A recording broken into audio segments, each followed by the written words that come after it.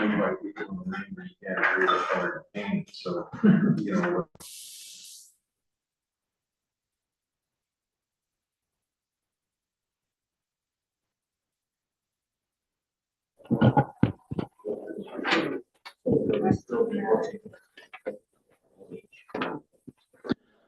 Okay, good evening, everyone, and welcome to the October 1st, 2024 regular meeting of council.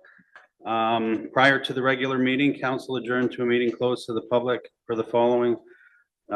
K, a position, plan, procedure, criteria, or instruction to be applied to any negotiations carried on or to be carried on by or on behalf of the municipality or local board.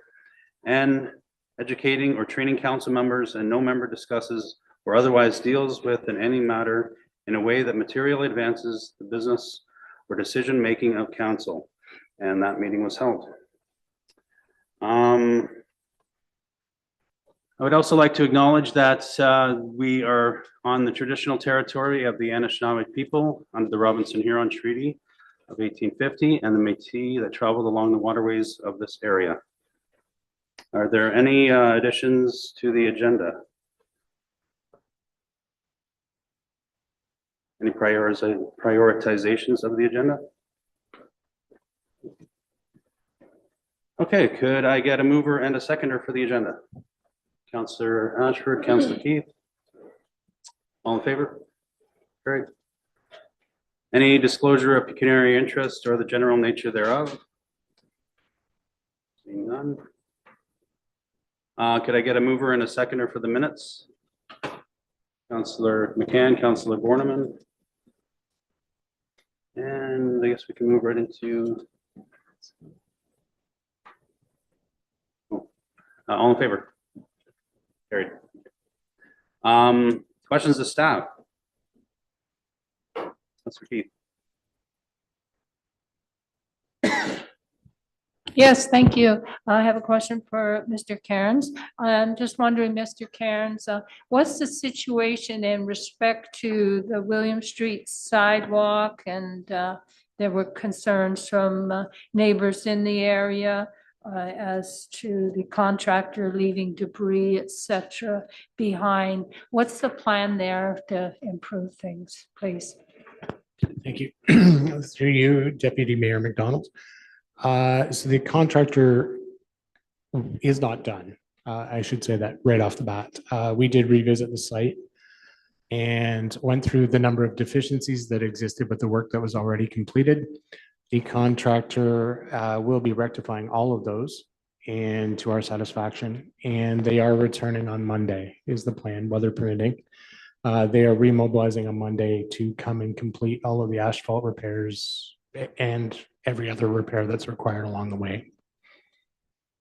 So for the follow-up, so I take it when they're coming back on Monday for those repairs, some of your staff will be checking that everything is tip-top before they leave at the end of that contract? Yes, that is correct. Excuse me, sorry. Those deficiencies have to be completed before payment will be remitted. Councillor McCann. Thank you, Mr. Deputy Mayor. Doing a great job. This is for Mr. Kearns. I noticed over the weekend, and we have a holiday weekend coming up soon with the work that's being done on the Sequin Street Bridge, that when the construction stops for the weekend, even though the outside lanes are clear and open, they're still blocked off to traffic. And I thought it would have made a lot of sense to open up those lanes to traffic, especially for the weekend. I can see it leaving them closed overnight, but you know, for weekend traffic, especially with Thanksgiving weekend coming up, with those lanes blocked off, it seems to me it wouldn't take much trouble. Now, there's always a reason for something, but I just wondered why those lanes couldn't be open to accommodate the increase in traffic. That's for you, Deputy Mayor McDonald. It's a good question. And the work on the surface of the bridge, so the delaminated concrete on both sidewalks was more extensive and took more care than first anticipated. We were unaware of some electrical conduit located within the sidewalk that was not shown on the as-built drawings initially. So that slowed down the progress. Part of the reasoning for those extended lane closures is both sidewalks were under construction, which meant they weren't necessarily accessible by pedestrians who were using those closed lanes as pedestrian walkways. So we will ensure that they should be pretty much done on the surface of the bridge at the end of this week, and we will ensure that we open that up for traffic on the weekends. Councilor Borneman. It's your lucky day, Mr. Cairns. So I haven't noticed in the past few days any work continuing with respect to the retaining walls and sidewalks on Church Street. Is that going to happen soon? I would hope. Go through you, Deputy Mayor McDonald. So it has been less visible with them being on the what we'll refer to as the east side, I guess, of Church Street. We are working on retaining the sidewalk and roadway in the front yards of some of those houses. So it's taken a little bit longer to place those. The inspector was on site today, and I did notice that part of the base is prepped for sidewalk as well. So that should be proceeding very quickly. We did run into another issue where a cross wall was tied in that we weren't aware of, which also slowed down some of the progress there.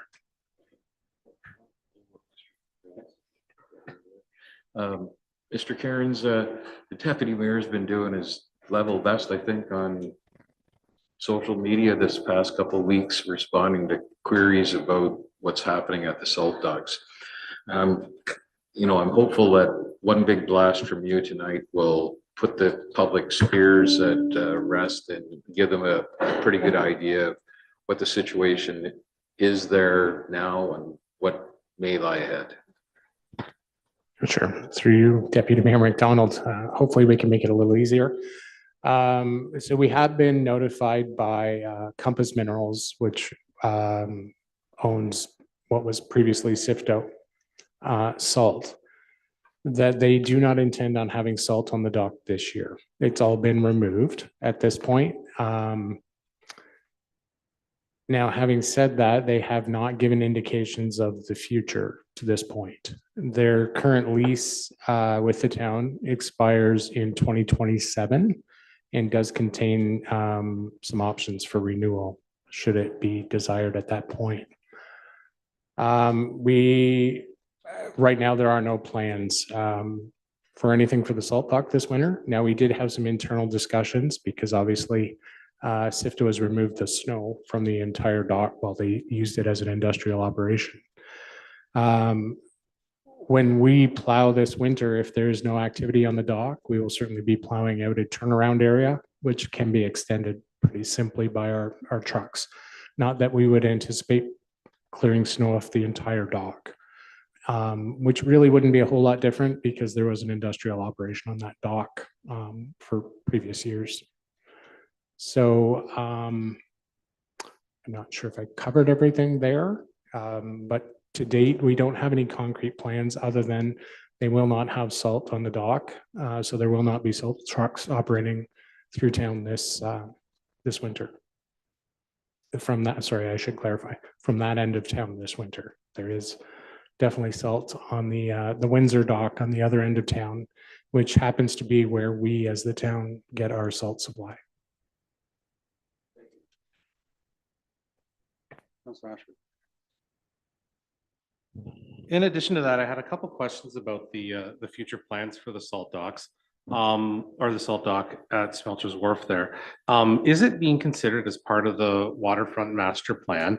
And I also wanted to kind of check on where we're at with it, that we haven't had a presentation about the waterfront master plan for some time, and same with kind of the official plan. I know we approved the timelines, which were very aggressive. So I don't want to suggest, I know everyone's been busy running with it, but where are we at with that? How does it kind of fit into the salt dock? Is it being considered part of it?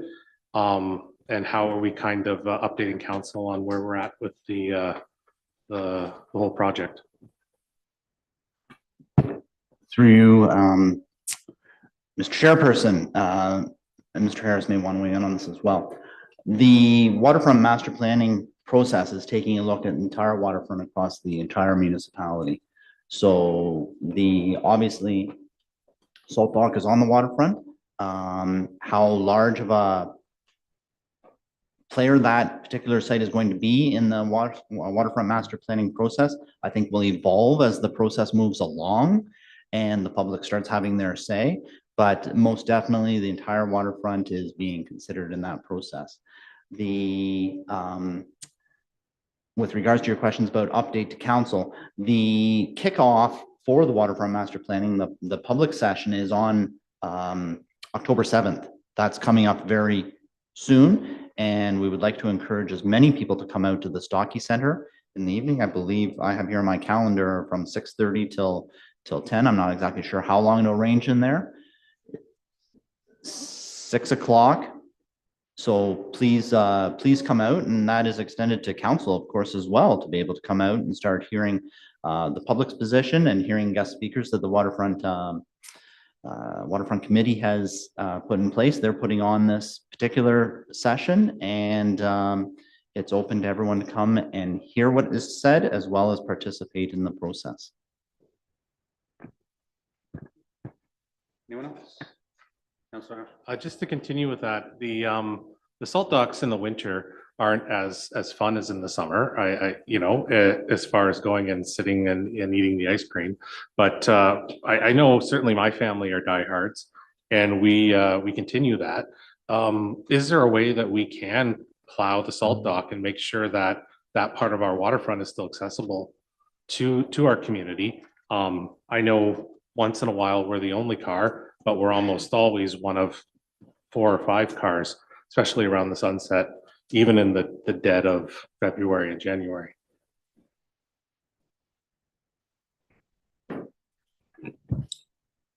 Through you, Deputy Mayor McDonald. It's certainly, if council wishes, that we can look at how best to accommodate that. It's certainly not something we've budgeted for, that we have necessarily contemplated allocating the equipment for or the time. So it is a rather large area. We'd have to give some thought to where the snow would go, how people would be expected to travel down there, what the level of service might be, because we could create a situation subject to slip and fall. Different weather conditions down there can be very challenging. If we were to be applying, whether we're applying abrasives or salt to the salt dock, that could be problematic as well. So I would just caution that there are a number of things to consider if that's something that council wants to consider. I thank you very much for that. And I just think this is a really good example of how important it is to be putting the time into the waterfront master plan, because this is what we're talking about is our only access to the rugged trail right now too, right? So this is a kind of an important little spot that I don't think any of us predicted there would not be salt ever at the salt dock. But I think these are the kind of things that we need to make sure we're kind of ironing out so that we're not in this kind of position again. But just to switch the topic, I had another question about Belvedere and the one-way street section. And I was hoping we could get a little bit of, not being here at that time when that was changed. If we could get a little bit of information on the history around where the one-way street came from, why we have a one-way street there. And mostly what had kind of happened is ratepayers, when they have been contacting me or complaining about this for as long as I've been in Parry Sound about the one-way street, that the issue being it was supposed to be a temporary measure. And is that temporary measure still necessary? Was it never a temporary measure? What are kind of the situations we're dealing with when it comes to that one-way area? Through you, Deputy Mayor McDonald. So the one-way street predates my tenure here with the town. Not that I'm unfamiliar with it. My understanding is it came to be due to a parking issue on Belvedere. It became very difficult for staff, visitors, anyone accessing the facility up there to find parking when it was a two-way street. So becoming a one-way street created quite a number of on-street parking spots. I think my understanding is at one point it was intended to perhaps be an experiment or a pilot program or a temporary project. Although I don't know that a solution was found to the initial parking issue. So that would be my understanding as to why it's remained as it is now. So just with that, is this something that we're bound by? Or is this something that, because I don't drive by all the time at all hours of the day, but I do know that the parking lots are generally empty when I drive by. So is this something that's like kind of like a way that we supported? It sounds like it's a way we supported Belvedere in the past, which I think is something we should continue to do, but is it something that's still necessary, or are we a legal obligation to do it? Or how do we kind of work through that? Or what are the particulars on that side of it? So Borneman.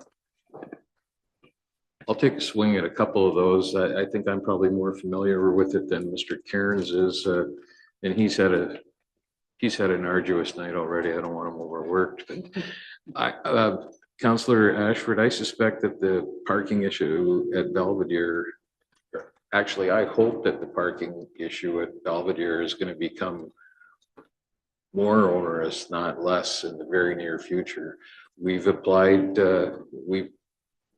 we're currently jumping through hoops to try to add 22 bed spaces that are badly needed in the area to provide housing for seniors. As you spoke to earlier this evening, the province rejected the idea of a campus of care that would have provided upwards of 100 bed spaces. So we know that there's a need. Council, prior to Mr. Cairns' arrival, at one point since the institution of the one-way street, had looked at returning it to two-way traffic. And my recollection of it is that the roadway was inadequately wide and monies were going to have to be expended on the west side of Belvedere to widen the road to meet current Highway Traffic Act standards. And because of the slope of the property, there were, it's not an easy fix. So yeah, parking is needed. We can do what we want with the roadway, but it doesn't fix. There is no easy fix for the issue, so long as the home remains where it is. Councillor Keith. Thank you. In addition to what Councillor Borneman had added, as I recall, also there was some concern also about emergency vehicles and the fire trucks, especially in the wintertime. And this one-way street situation made it a much safer situation than to continue with the narrow two-way street with the amount of parking that was happening on the street at the same time. I suspect that Mr. Cairns' staff would argue that with parking on the street, that it's safer with snow plows. It's tight. There's no getting around it. It's unforgiving. But until somebody comes up with a better plan, I think we're stuck with it. The new bill does provide some new accommodation for parking, but the number of bed spaces are going up, the number of visitors go up, the number of volunteers go up, the number of staff goes up. I'm not sure what time you're driving by there, but if you go by from 8 to 4, I know from going up there for meetings and signing checks, oftentimes you're walking from the CP station because there is no parking. Thank you, everyone, on that. Any other questions of staff? Okay, I guess we'll move into correspondence, Ms. Johnson.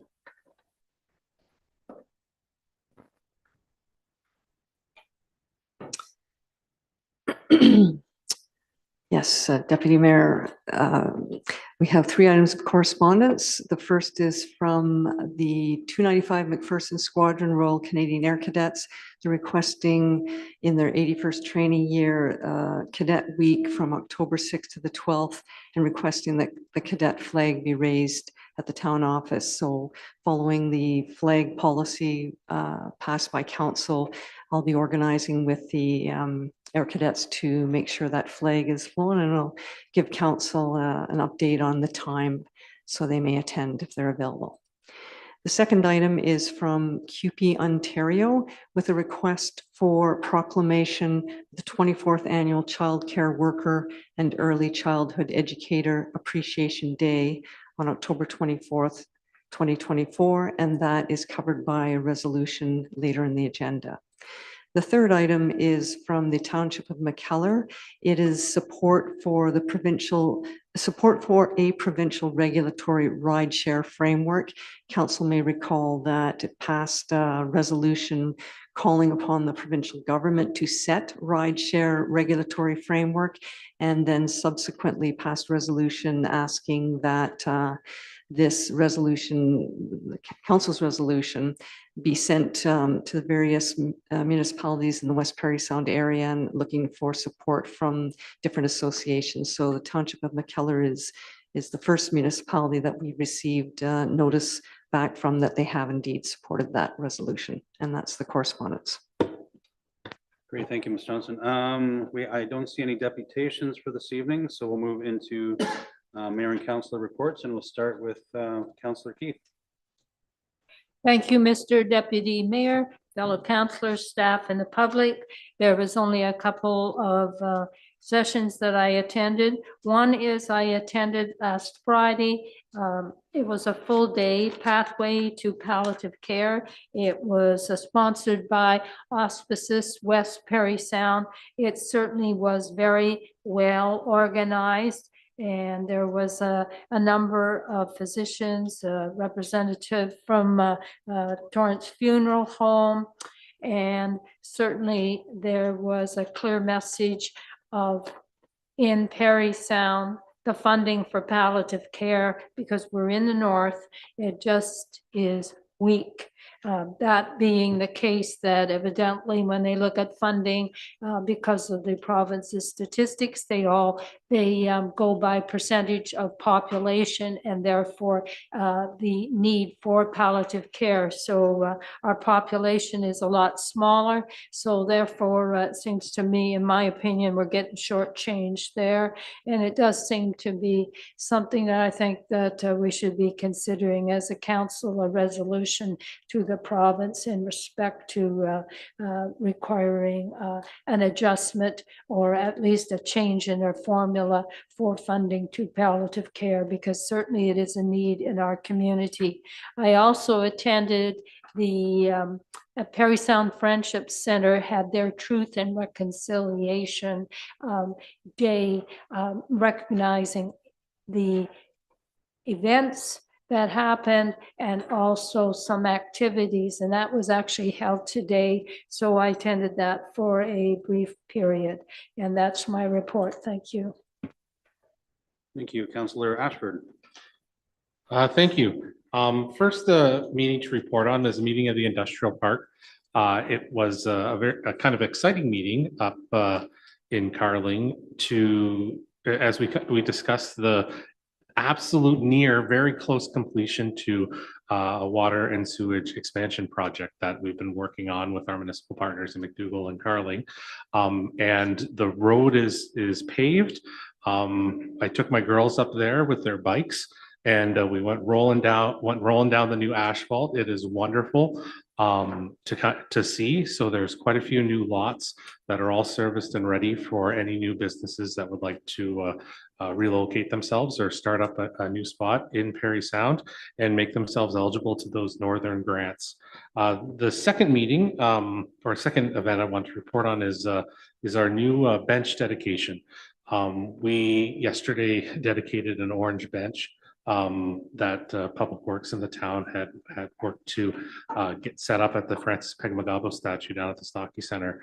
And it was it's a wonderful step forward in truth and reconciliation, but one of the reasons I wanted to bring it up was that it was a particularly moving event for myself. That as things are kind of busy and things move on, as I went and I watched and I learned, I found myself thinking about it for the rest of the day. And the bench is aptly positioned that if anyone is interested in reconciliation, I remember when we put the statue there and the discussion about how the statue is reaching out towards Wissahickon, the bench is well positioned in that way too. Perhaps taking a couple moments to sit down there might be the same kind of effect you find on yourself that I had. And then finally, yesterday, the West Parry Sound Hospital on the 5th Friday of every month, the 5th Monday of every month when they exist, they invite all the municipal partners to join in a meeting to get some updates on what's going on at the hospital. So yesterday was the 5th Friday, so they had an update meeting that was quite well attended by the different municipalities. And the big announcement is they're working, they've done a project in order to create a digital charts for everybody, so everything's all kind of electronic and less things get missed and everything kind of syncs together with Northern Ontario. But they've completed that project now, and they're moving on to their next priority, which is to get an MRI machine for Parry Sound. So that would be in our hospital, in our imaging department, and will be a great addition. Hopefully, we got fundraising to do, and then also get the province to agree to fund the general operating costs. But if that kind of works out, that'd be a great little addition to the imaging capability in Parry Sound. Thank you. Great, thank you. Councillor Valesky. Thank you, Deputy Mayor. My report is on September the 23rd. I attended the Belvedere Finance Committee meeting, and the report, I guess, is mainly that we're staying in the black pretty good this year on it. The extra staffing that they've sometimes had to hire, they're not hiring this year. They haven't needed them, so we're staying in the black mainly. On September 25th, again, we have the Belvedere Board of Management, and we're working on the 22-bed expansion, as Councillor Borneman mentioned.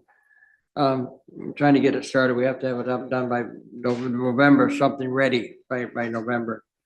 But during the meeting, our chair lived right next door to the original building that was there, which was a hotel at one time. She showed pictures of it, and it was a fair-sized building, and it had caught fire, and she remembers the fire. The day of the fire as a child, I guess, wandering around and watching this fire go. And so she gives a bit of a history of how this building got started. And then on September the 27th, I went to the District of Parry Sound Municipal Association fall meeting up at Point of Barrel. It's a day-long event. We had several speakers, touched on some very interesting subjects. A lunch was served. And then after that, we had a discussion on the Integrity Commissioner, on when it should be used, when it couldn't be used, and how it's paid for, because it's a very expensive proposition to get the Integrity Commissioner involved. So we're looking to see if the province is going to maybe give us a bit of a break on the use of the Integrity Commissioner. And that's my report. Thank you. Great, thank you. Councillor McCann. Thank you. Good evening, Mr. Deputy Mayor and fellow council members, staff, and public. Wednesday evening, the 18th of September, my wife and I were excited to be welcomed aboard the Island Queen, taking part in the Volunteer Appreciation Cruise event. The West Parry Sound Health Center was responsible for organizing this wonderful cruise in the evening. Kristen Millette with her colleague Megan O'Rourke and the center's senior leadership team put this all together, did most of the heavy lifting. They chartered the boat, they purchased the food, organized the jazz band entertainment, which was Chameleon, and they were very well received. Volunteers from Lakeland Long-Term Care, Belvedere Heights, West Parry Sound Community Support Services, Hospice West Parry Sound, West Parry Sound Health Center Foundation Board of Directors and volunteers, and the those and the Healthcare Board of Directors and volunteers were all invited. If you're keeping track, there were a total of 225 volunteers and leaders aboard the Island Queen. 250 Hawaiian leis were handed out, 17 pizzas, 15 of them were large. I only had a few of them. Drinks and snacks were arranged for the event. And of course, topping off the evening was a spectacular, calm evening with a beautiful sunset. So thanks to the Health Center for putting that all together. It certainly was a wonderful, magical evening, and we look forward to it again next year. Thursday evening, on the 26th of September, I attended the West Parry Sound District Museum monthly board meeting. We're holding those in person. It was a particularly long and most important meeting as we reviewed our business plan, our 2025 budget, operating budget, which included some preparation in our municipal request formats, financial reports, some changes to the collection policy were all being considered and recommended at the time. And I would be remiss if I didn't mention that the public is invited to attend a very special event, a wave of possibilities at the Stockey Center this Monday evening, October 7th. You've heard talk about it. It goes from 6 till 9. Admission is free. This is an evening of waterfront conversations with the town of Parry Sound, the Waterfront Advisory Committee, and the consulting team. This is a kickoff to launch the public process to update the town's volunteer or waterfront master plan. I'm sorry. This is important as the waterfront master plan will reflect a vision of the waterfront developed through community consultation. This includes various types of uses to be considered, activities, building structures, and your input will help guide in making decisions as to the future and sustainability of the waterfront in making it a very welcoming place for future generations. And it is important that all voices be heard, so everyone is invited to come out. We also will have some speakers, some guest speakers, one of them coming from the city of Aurelia. And we just want to thank everyone involved who's put this together as we look forward to launching this plan. And again, that is Monday evening from 6 to 9 at the Stockey Center. Admission is free and everyone is invited. And that's my report. Thank you, Councillor Borneman. Thank you, Mr. Deputy Mayor. Good evening, everyone. I hope the 100 or so folks that were in the room a couple of weeks ago with respect to the trestle on Wampanoag Road were listening to you, Councillor McCann, because as important as that structure is, it's only one facet of the waterfront. And I hope that they get out and have their say now rather than after decisions are made. On September 17th, along with Councillors Ashford and McDonald, I attended the Parry Sound Industrial Park. The project is basically wrapped up, as Councillor Ashford said, and it appears that we've delivered it 22 industrial lots on budget. The water mains have been certified, the roads accepted by Carling. This brought McDougall's CAO Tim Hunt's career at the industrial park to an end. Mr. Hunt, this is kind of the success story, I guess, has been kicking around the park. Went from summer student to CAO administrator of the park over 42 years. He certainly always had the park's best interests at heart. So I want to thank him for the efforts that he put into the blood, sweat, and tears that he's poured into that project over the years. Moving forward, our team continues to work on upgrades required to the SCADA system and prioritizing the improvements as suggested by engineers who reviewed the plant when McDougall exited. Councillor Bolesky mentioned the Board of Management meeting at Belvedere, September 25th. Yes, our chair, Pam Wing from Carling, is a great resource local history. Her mom and dad ran the North Star. Her mother was the mayor of Parry Sound. At one point, she reminded us all that next year will be Belvedere's 50th anniversary. The hotel opened on the site July 1st, 1883. The Queen stayed in the late 50s. Place burnt to the ground in 1961, and the home opened in 1965. So it's an exciting time up there with some renewal. We are working with Infrastructure Ontario with respect to the financing of the 22 bed project. Some issues are still being clarified, but I thank Carling Township for stepping up. They've agreed to provide interim funding for the project, or interim financing for the project as it goes ahead. Building permit application has been submitted, and this I've got to look, October 9th between 3 and 6, I believe, there will be an online town hall hosted by Belvedere to keep folks apprised as to the nuts and bolts of the project. So you can, I'm sure on the Belvedere website, you're going to be able to find the Zoom link that will allow you to tap into that meeting if you so choose. Meanwhile, just to show that the left hand and the right hand in the ministry have no idea what they're doing, Belvedere's undergoing, in the midst of all of this activity, undergoing an automatic licensing review, which hopefully won't impact the timing of any of these applications that are required. And as Councillor Ashford reported, I too attended the Truth and Reconciliation event at the Stocky Centre and the flag raising commemorating survivors here at the town office yesterday.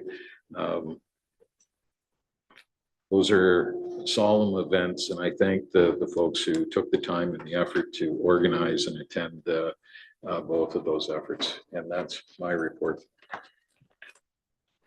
Thank you, Councillor Keith. Yes, thank you, Mr. Deputy Mayor. I don't know, but it's not me. In any event, maybe Councillor Borneman, could you clarify, because I thought there was a virtual meeting for Belvedere Heights on October 9th. I have here between 2 p.m. and 3:30 p.m. So is it double times or did we make a boo-boo? Correct, Councillor Keith, the 9th, 2 to 3:30, and the Zoom link is attached to that blurb. Okay, thank you. On September the 24th, I attended the Pearl Mist 10th anniversary plaque presentation along with CEO Harris and Mayor McGarvey. We had a chance to chat at length with the captain and the cruise director and staff of the Pearl Mist, and they're thrilled with being able to be back on the dock. They thank everyone that was involved in making that happen, and they're very much looking forward to returning back again next season. On September the 30th, I as well attended the Orange Bench dedication ceremony held by the Friendship Center at the Stocky Center, and also attended the flag raising, the survivors flag raising here at Town Hall. And that is the end of my report.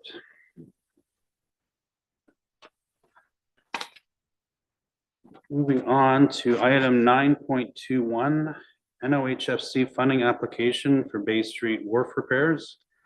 And I'll turn that over to Mr. Thompson. Through you, Mr. Chairperson. First of all, I would want to make sure council is aware that the resolution that's in the report is the accurate resolution. The resolution that's on the covering agenda isn't quite the same. The resolution that you'll be dealing with is the resolution that's in the report. So this is part of the process of seeing if we can obtain funds through NOHFC for regards to the Bay Street wharf repairs. They are willing to fund up to 75% of the project, up to a maximum of $500,000. As you can see from the resolution, the NOHFC portion would be 468,250.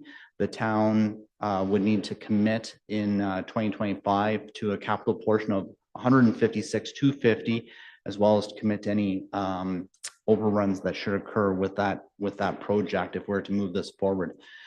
We are through stage 1 of the application process, and now we need more detail. That's the purpose of this resolution, is to identify the specific request and for council to support that if they wish to move forward. Thank you. Do we have any questions, comments? All in favor? It's passed. Item 9.3.1, supported continued membership in the Parry Sound Area Founder Circle. And I'll turn that over to CAO Harris. Thank you, Mr. Chairman. This item does two things. One, recommending that we renew the membership in the Parry Sound Area Founder Circle. The first check that the Founder Circle cashed initially was a check from the town of Parry Sound. So the town's been a member for many years. I think it's a good grassroots effort. The application process for 2024 is currently open, and applications will be received up until the end of October. Go to the Parry Sound Area Founder Circle website and they'll have the details there. It's a Dragon's Den type process. I've been involved for all of the years that it's been in town, and there tends to be roughly 20 applications. Out of that 20, the Founder Circle who wish to participate take the 20 and through a mechanism select 5 to put forward, and ultimately there's 2 applicants that get first and second place, and first place is $10,000 and the second place is $5,000. And as much as that's nice to get the dollars, I think the real value in the process is the process itself, and going through and having to articulate your vision, your business idea in a concise way that communicate it with the founders. That experience is helpful if you're dealing with banks or other lenders. So it's the process people find very beneficial, and the Founder Circle provides support to help founders go through that process of refining and really communicating their idea to the community and to the other founders. Very good. Any comments, questions? Councilor Borneman.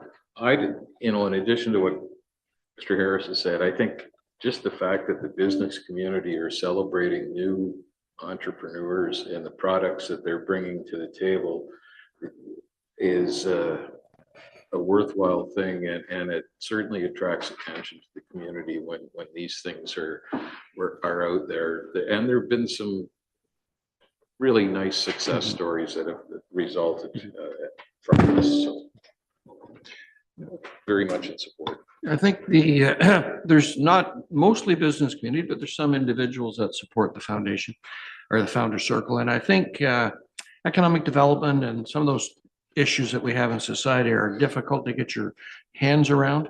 This is a way for $1,000. Somebody can contribute, have a say in the process to select the best business opportunity that's coming forward. So it's a way to hands-on give back to your community and see the results of the work and the effort.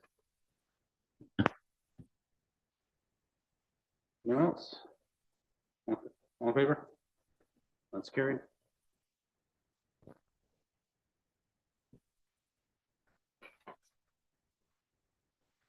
Moving on to item 9.3.2, RFP for renaming a section of Parry Sound Drive. And Theo Harris.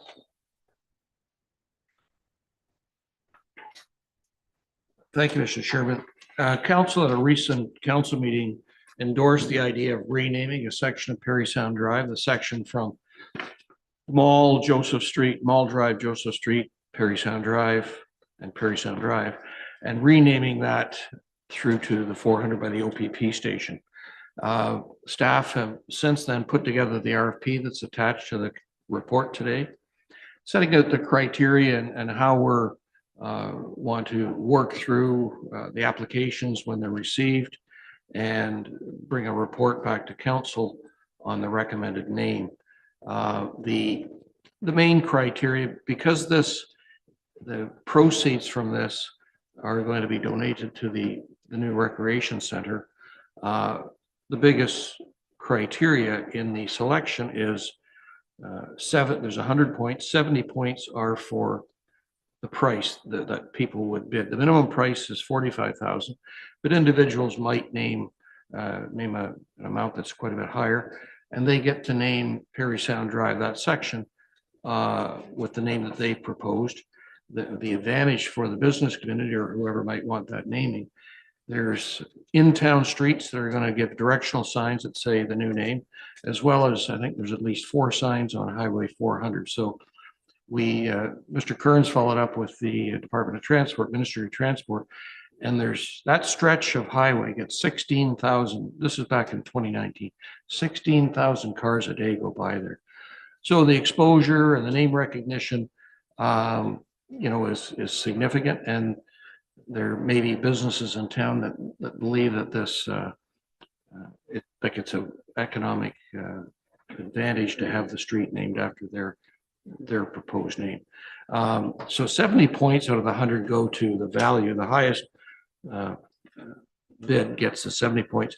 We've got 10 points in for compatibility with the proposed name and the criteria in the proposal. That's, there's some things that we're expecting, the ease at which pronouncing the name, for example. This street names are for communication, for emergency response, and direct people, visitors to the area. If the name isn't easily pronounced, that's not helpful when you're trying to dispatch someone or give directions to people. So that's some of the criteria that we've listed in the RP. And then there's 20 points because there may be a connection with the name and the town of Parry Sound. And if there's a connection and a strong connection, that would get more points. So the main thing we're looking for is the evaluation based on the amount that the bid that people put forward, but there's some other criteria as well. Councilor McCann. So thank you very much. This is very ambitious and creative fundraising effort. As far as criteria goes for choosing a name, I've read what's not acceptable. Will someone be able to suggest a name that's after their business, or will it be more of a generic type of a name? I guess what I'm asking is, could the sign say XYZ Building Supplies Drive?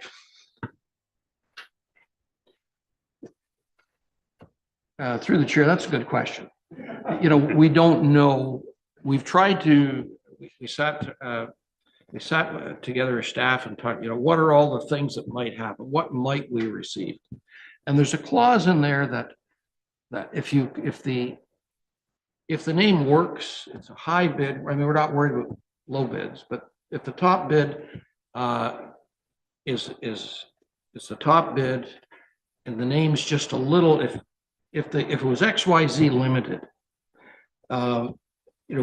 we've got the ability to have a conversation. Are you okay if it was just XYZ and take off the limited, for example?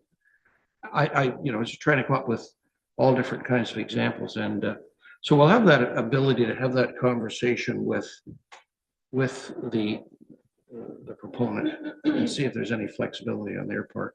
At the end of the day, we want a name that respects what they want to put forward and they're willing to make a contribution to the pool for, but also has to work for emergency response and wayfinding. So there might be a little bit of back and forth on some. Sure. Okay, thank you. Councilor Key. Yes, thank you. I noticed, Mr. Harrison, through you, Deputy Mayor, the evaluation team is comprised of 4 members, it says, of staff. How and who will be chosen? What's the process there? And will those names be publicized, or will it be confidential who they were to the public? Through the chair, myself, Mr. Thompson, Mr. Kearns, and Mr. Tom, the new economic development officer. Else? All in favor? That's carried.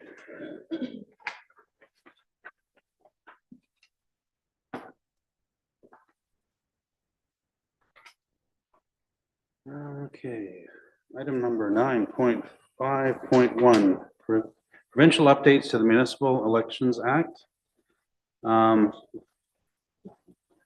Moved by Councillor Borneman, seconded by Councillor McCann. Whereas election rules need to be clear, supporting candidates and voters in their electoral participation and election administrators in running elections. Whereas legislation needs to strike the right balance between providing clear rules and frameworks to ensure the integrity of the electoral process. Whereas the legislation must also reduce administrative and operational burden for municipal staff, ensuring that local election administrators can run elections in a way that responds to the unique circumstances of their local communities. Whereas the Municipal Elections Act 1996 MEA will be 30 years old by the next municipal and school board elections in 2026. Whereas the MEA sets out the rules for local elections, the Assessment Act 1990 and the Education Act 1990 also contain provisions impacting local elections, adding more places for voters, candidates, and administrators to look for the rules that bind the local democratic process in Ontario. Whereas with rules across 3 pieces of legislation and the MEA containing a patchwork of clauses, there are interpretation challenges, inconsistencies, and gaps to fill. Whereas the Act can pose difficulties for voters, candidates, contributors, and third-party advertisers to read, interpret, to comply with, and for election administrators to enforce. Whereas while local elections are run as efficiently and effectively as can be within the current legislative framework, modernization and continuous improvement is needed to ensure the Act is responsive to today's needs and tomorrow's challenges. Whereas to keep public trust and improve safeguards, the Act should be reviewed considering the ever-changing landscape which impacts elections administration, including privacy, the threats of foreign interference, increased spread of mis or disinformation, and the increased use of technologies like artificial intelligence and use of digital identities. Whereas the Association of Municipal Managers, Clerks, and Treasurers of Ontario, AMCTO, reviewed the Act and has provided several recommendations, including modernizing the legislation, harmonizing rules, and streamlining and simplifying administration. And whereas AMCTO put forward recommendations for amendments ahead of the 2026 elections and longer-term recommendations for amendments ahead of the 2030 elections, therefore it be resolved that the Town of Parry Sound calls for the province to update the MEA with priority amendments as outlined by AMCTO before summer 2025 and commence work to review and rewrite the MEA with longer-term recommendations ahead of the 2023 elections. And be it further resolved that this resolution be forwarded to all municipalities in Ontario for support, and that each endorsement then be forwarded to the Minister of Municipal Affairs and Housing, the Minister of Education, the Minister of Public and Business Service Delivery, Minister of Finance, the Premier of Ontario, Parry Sound Muskoka MPP Graydon Smith, and AMCTO. And all in favor? Oh, is there any discussion on it? Sorry. Councillor McCann. Yeah, so I'm not sure who to direct the question to, but they talk about a lot of changes. Is the system broken badly that it needs this kind of attention? And what kind of changes are they talking about? Are they talking about councillor terms and amongst other things? Through you, Deputy Mayor, I can make some response. This resolution draft was provided by the Association of Municipal Clerks and Treasurers of Ontario, AMCTO, and AMCTO did a review of the legislation. It is not considering changes to councillor terms in any way, so that is not on the table. It's more looking at legislation that's in 3 different acts, that's a patchwork, that's 30 years old, and so there have been amendments to it, but when it's being read by people having to administer the act, administer the elections, there can be some areas where it's difficult to interpret, and we need to go to policy advisors on this, our municipal affairs representatives. There's also some slight loopholes in the legislation around tenancy, the definition of tenancy or non-resident, and this particularly is a concern for municipalities that have large seasonal residents. There's loopholes for people to claim voting rights that probably, if you're reading the act very strictly, it shouldn't be. And I know this has created problems for some of our neighboring municipalities that have large seasonal residents. So another area is, I mean, there's online voting now. The legislation is really defaulted to paper ballots, and paper ballots are still used by some municipalities, certainly.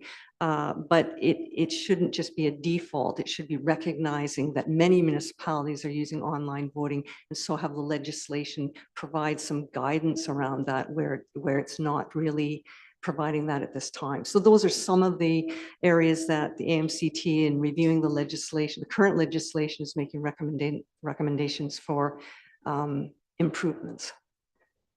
Great, thanks very much. Any other discussion? All in favor? That's carried.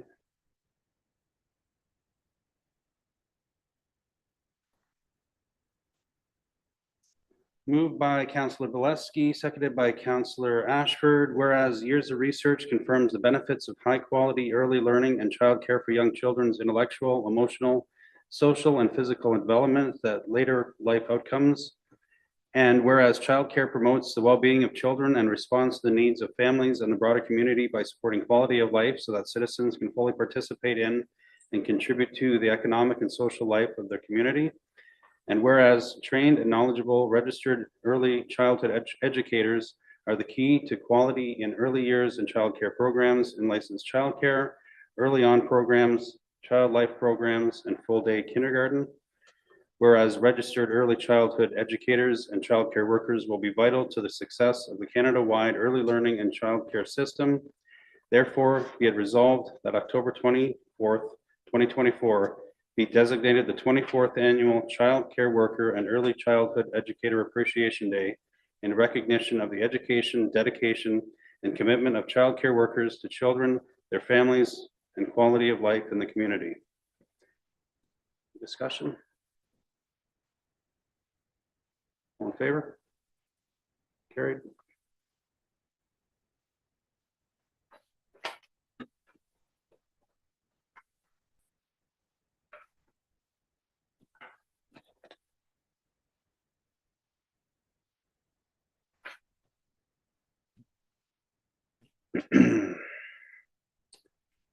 Moved by Councillor Borneman, seconded by Councillor McCann, that bylaw number 2024-7446, being a bylaw to authorize the execution of a property lease with Sale Parry Sound Inc., be considered as read a first time. All in favor? Carried. Are all members in favor of having a second and third reading? Carried. Moved by Councillor Borneman, seconded by Councillor McCann, that the bylaw above mentioned be considered as read a second and third time, passed, signed, and sealed. Any discussion? Councillor McCann. Well, I certainly support this. Council will remember that Sale Parry Sound came with a deputation at one point, and certainly due to the Waterfront Advisory Committee. And this is another component of the waterfront and very vital. So certainly I'm happy to provide this.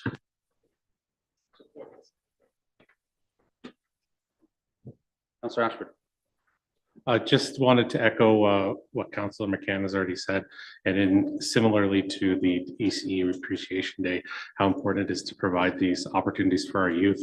I know sometimes if you grew up in Parry Sound, you might lament from your youth that your parents made you go to sailing school. And if you're not from Parry Sound, you're thinking, man, I wished I would have had an opportunity to go to sailing school. So it's a great opportunity for youth and there's adult programs as well. I did have one question about it though. I know there was some things in the report that were not that were suggested by Sale Parry Sound that we didn't take them on. And I just want to make sure that it seems to be the case, but make sure that they're happy and have everything they need to run their program successfully. Through you, Mr. Chairperson, extensive discussion occurred with Sale Parry Sound with the President Carol Wilson with regards to this. We discussed at length the things that were going to be included and the things that weren't going to be included. In the end, they were extremely satisfied with the agreement. They want to continue to be part of the the community, and staff's perspective is that we want them to be an incredible part of the community as they have been for the past 20 years as well. Thank you. Councillor Keith. Thank you, Mr. Deputy Mayor. I have one question for Mr. Thompson, so I'm not clear. Mr. Thompson, I believe would be a 10-year lease this time, but what I'm not clear on is when there was the discussion, where does the portable toilet fit into the picture? Because I noticed that it was in the same request, enshrining access along the fitness trail for portable toilet installation and removal. So I'm not sure, is that in or out? Through you, Mr. Chairperson, the portable toilet is brought in on an annual basis by Parry Sound to have at their facility. That's what I take from my conversation with the president of Parry Sound. In the past, town staff have always facilitated the access of that portable toilet to get it in there, as it can't go underneath the bridge because it's too high to go underneath the bridge. Staff have facilitated getting it in along the fitness trail. Staff have committed to continue to facilitate that to the best of our ability moving forward for the next 10 years that this lease exists for. We have not enshrined it in the agreement, and Parry Sound is comfortable with it not being enshrined in the agreement, with the commitment of staff that we are still going to facilitate that to the best of our ability. So therefore, this is basically a verbal agreement. Through you, Mr. Chairperson, with regards to the portable toilet, yes, that is a verbal agreement. Anyone else? All in favor? Carried.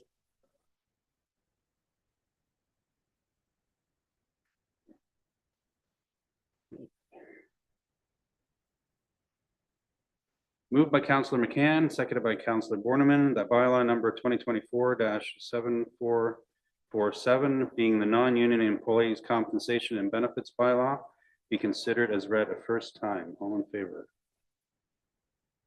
Passed. Are all members in favor of having a second and third reading? Great. Moved by Councillor McCann, seconded by Councillor Borneman, that the above bylaw mentioned be considered as read a second and third time, passed, signed, and sealed. Do we have any discussion? Councillor Borneman. Maybe Mr. Harris could give the public a Coles Notes version of what we're up to here. Through the chair, the main element of the bylaw establishes the basis on which non-union compensation is adjusted annually. And it was recommended that the consumer price index for Ontario be used as established in October of the prior year. That was the main thing that council endorsed. We weren't able to bring the bylaw forward when at the meeting where this was dealt with, so it's on today's agenda. The other thing is there were some changes when we recently negotiated a 3-year collective agreement with the union, and the changes to benefits that reflected in the union negotiations are mirrored now in the non-union compensation benefit package. Anyone else? In favor? Carried.